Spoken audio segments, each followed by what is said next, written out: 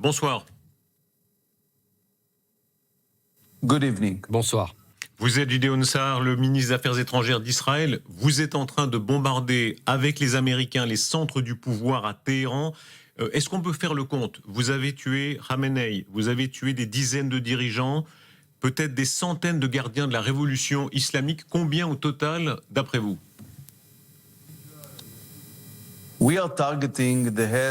Nous visons les têtes du régime. Nous prenons pour cible les dirigeants de ce régime vicieux et terroriste. Les Iraniens visent nos civils et visent aussi des civils des aéroports, dans les pays du Golfe. Ce n'est pas ce que nous faisons. Nous visons ceux qui donnent les instructions de tuer les Iraniens dans les rues, lorsqu'ils manifestent, comme cela s'est produit récemment, et ceux qui sont responsables du terrorisme au Moyen-Orient, ou au-delà même, au cours de ces dernières années. Donc oui, nous obtenons un certain nombre de succès, en éliminant Khamenei et des membres de ce régime meurtrier, mais aussi des dizaines de dirigeants de cet appareil de répression. Gideon Sa'ar, l'événement historique, évidemment, c'est le guide suprême Khamenei tué. Qui a donné l'ordre de le tuer? Est-ce que c'est l'ordre de Trump seul ou l'ordre aussi du gouvernement de l'État d'Israël? Est-ce que vous avez donné l'ordre ensemble? Il s'agit d'une opération conjointe entre les États-Unis et l'État d'Israël. Et ce dont nous parlons, cet objectif particulier, ce sont les forces israéliennes qui s'en sont chargées. C'est un événement tellement majeur dans l'histoire du Proche-Orient. La République islamique est un acteur qui a tellement d'impact depuis 1979. C'est un événement. Est-ce que vous pouvez nous décrire la scène? Qui a donné l'ordre? Est-ce que c'est le Premier ministre Netanyahou seul, ou est-ce qu'il y a eu une réunion de cabinet où vous étiez vous-même, où on a dit « nous tuons Khamenei » ? Le lancement de cette opération, avec 16 objectifs, est une décision du cabinet de sécurité de l'État d'Israël.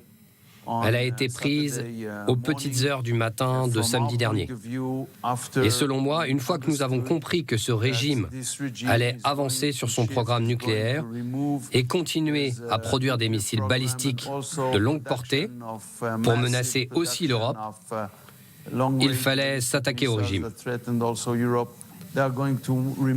Ils comptaient cacher toutes leurs capacités de façon souterraine pour les mettre à l'abri de toute force dans le monde.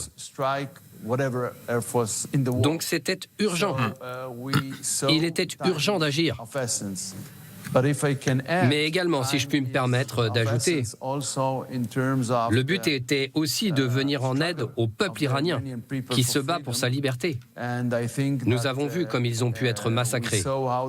Et il serait naïf de penser qu'ils peuvent agir sans aide de notre part.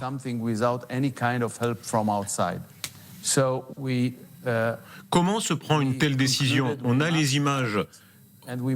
Donc nous avons décidé qu'il fallait que nous agissions. On a les images de la Situation Room à Mar-a-Lago où on voit le président Trump, le patron de la CIA, Rubio, etc. Comment ça se passe au cabinet israélien? J'imagine que vous y étiez vous-même. Ça veut dire que vous avez voté ensemble sur la décision de tuer l'ayatollah Khamenei? Eh bien, comme je vous l'ai dit, cela a été effectivement une décision du cabinet de sécurité qui a été prise tôt samedi matin et qui a mis fin à un long processus de prise de décision que nous préparions depuis longtemps. Mais cette opération et le fait de décider de la lancer a été prise par le cabinet de sécurité très tôt samedi matin.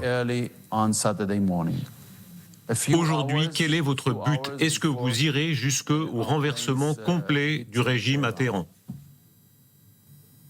L'objectif est de se débarrasser d'une menace existentielle pour l'État d'Israël sur le long terme.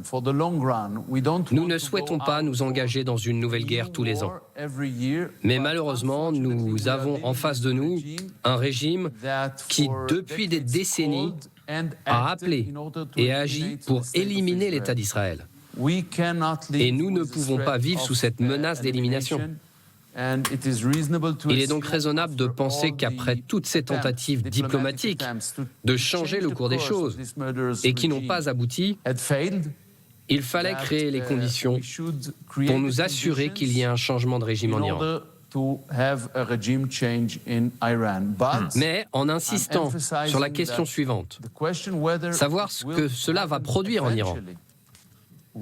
Et cela va dépendre de la volonté du peuple iranien. Ce n'est pas quelque chose que nous pouvons commander. Ce que nous faisons, c'est de créer les conditions en affaiblissant le régime.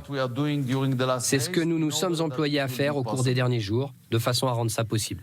Selon vous, est-ce que l'héritier du Shah ferait un bon successeur ?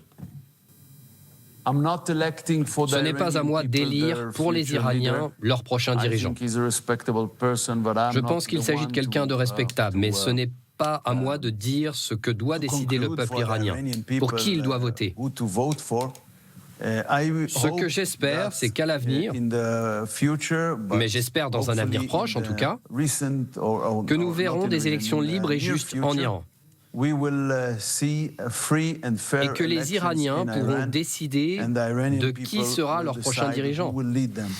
Dans tous les cas, ils méritent de voir cette tyrannie prendre fin, de regagner leur liberté. Ils méritent d'être un pays libre. L'Iran est une grande civilisation.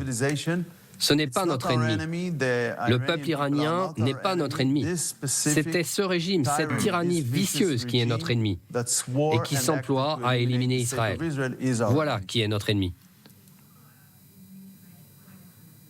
Monsieur le ministre, qu'est-ce que vous répondez à ceux qui s'inquiètent, qui disent « Votre Premier ministre est sous le coup d'un mandat d'arrêt international, vous êtes une armée très puissante ». Et aujourd'hui, vous allez prendre en quelque sorte le pouvoir au Proche-Orient. Vous êtes en train de remodeler le Proche-Orient à votre main, sous votre domination. Nous devons être puissants dans notre région. Parce que si nous ne sommes pas puissants, alors nous disparaîtrons tout bonnement. Et pour revenir à ce que vous évoquiez, ce mandat d'arrêt international ridicule de la Cour pénale internationale, il est clair que nous avons en face de nous des personnes qui ignorent le droit international. Nous ne sommes pas membres de l'organisation. Nous n'avons d'ailleurs rien signé. Aucun engagement. On ne peut donc pas être poussé dans ce club.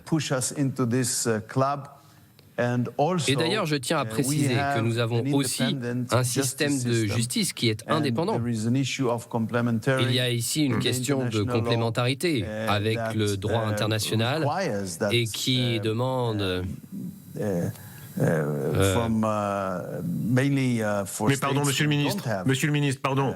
Il reste par exemple que vous avez dans votre gouvernement des ministres extrémistes comme Smotrich ou Ben Gvir qui ont prôné des déplacements de population qui sont constitutifs de crimes de guerre. Donc vous savez que, vu d'Europe, beaucoup considèrent que votre gouvernement est extrémiste. Quoi qu'il en soit, est-ce qu'il y a une dimension de vengeance dans tout ce qui est en train de se passer ? Il y a beaucoup d'années, j'avais interviewé à la fois Sharon et Arafat, dans les deux camps vraiment. Ah. Et l'un et l'autre disaient, vous les Européens, vous ne comprenez pas la vengeance. En Orient, la vengeance est une chose qui compte, et pour les uns et pour les autres. Dans ce qui se passe aujourd'hui, le fait d'avoir tué, par exemple, Khamenei, est-ce qu'il y a pour vous une dimension de vengeance ?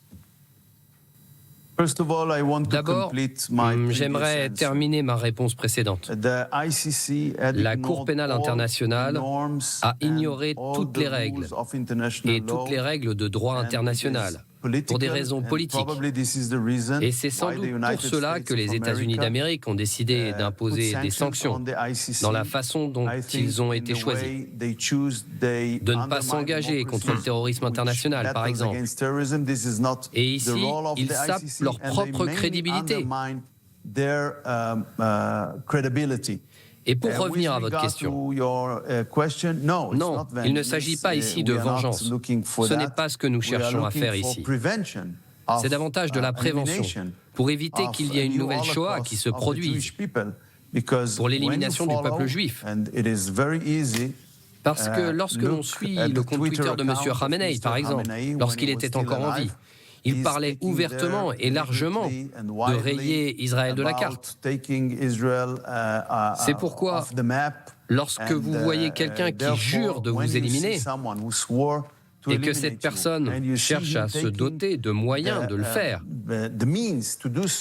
vous ne pouvez pas vous contenter d'attendre jusqu'à ce que cet événement se produise. Il faut protéger votre peuple et c'est ce que nous faisons ici. Monsieur le ministre, merci beaucoup d'avoir été avec nous sur LCI. Et je souhaite ajouter une dernière phrase, si vous me le permettez. Je souhaite vous rappeler que ce sont les Iraniens qui ont déclaré que toutes les armées européennes étaient des armées terroristes, après que l'UE a décidé de désigner les gardiens de la Révolution comme une organisation terroriste. Donc l'Europe elle-même ne peut pas tourner le dos au danger que représente ce régime, non seulement pour nous au Moyen-Orient, mais aussi pour l'Europe. Et Gideon Sa'ar, alors une question simplement sur la France, puisque vous amenez ce sujet. La France a pris une position très différente de la vôtre. Elle a prôné le dialogue, y compris avec les dirigeants de la République islamique. Votre avis sur le sujet, d'un mot? Il y a eu un dialogue qui a eu lieu et qui a été mené par les États-Unis. Mais il a échoué, après que nous nous sommes rendus compte que les Iraniens ne cherchaient qu'à gagner du temps et qu'ils ne souhaitaient pas réellement avancer, notamment sur les missiles balistiques et le nucléaire. Donc c'est pourquoi, en moins d'un an, pour la deuxième fois, la diplomatie avait montré ses limites et il fallait agir. Gideon Sa'ar, merci. Je vous en prie, merci.